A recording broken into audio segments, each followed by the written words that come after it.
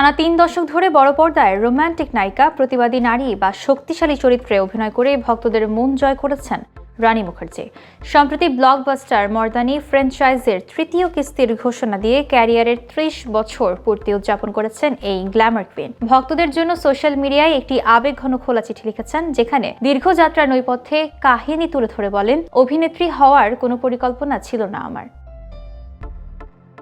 রানী জানান, ৩০ বছর আগে যখন প্রথম কোনো ছবির সেটে পা রেখেছিলাম, তখন আমার কোনো বড় পরিকল্পনা ছিল না, এমনকি অভিনেত্রী হওয়ার স্বপ্নও ছিল না। আজ মনে হয় সিনেমা যেন আমাকে নিজেই খুঁজে নিয়েছে। শুরুতে তিনি বেশ দ্বিধাগ্রস্ত এবং ভীতু ছিলেন। ক্যামেরার সামনে দাঁড়িয়ে তিনি ভাবতেন সংলাপ ভুল হয়ে যাবে কিনা বা তিনি এই কাজের যোগ্য কিনা।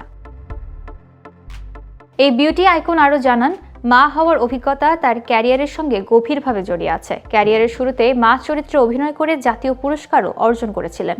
রানীর ভাষায়, মা হওয়ার পরই যখন সেই বিশেষ পুরস্কার পেলাম, তখন বুঝলাম একজন মা তার সন্তানের জন্য কত দূর যেতে পারেন। জীবনের এই পর্যায়ে এসে আমি হয়তো আরও অনেক বেশি পরিণত।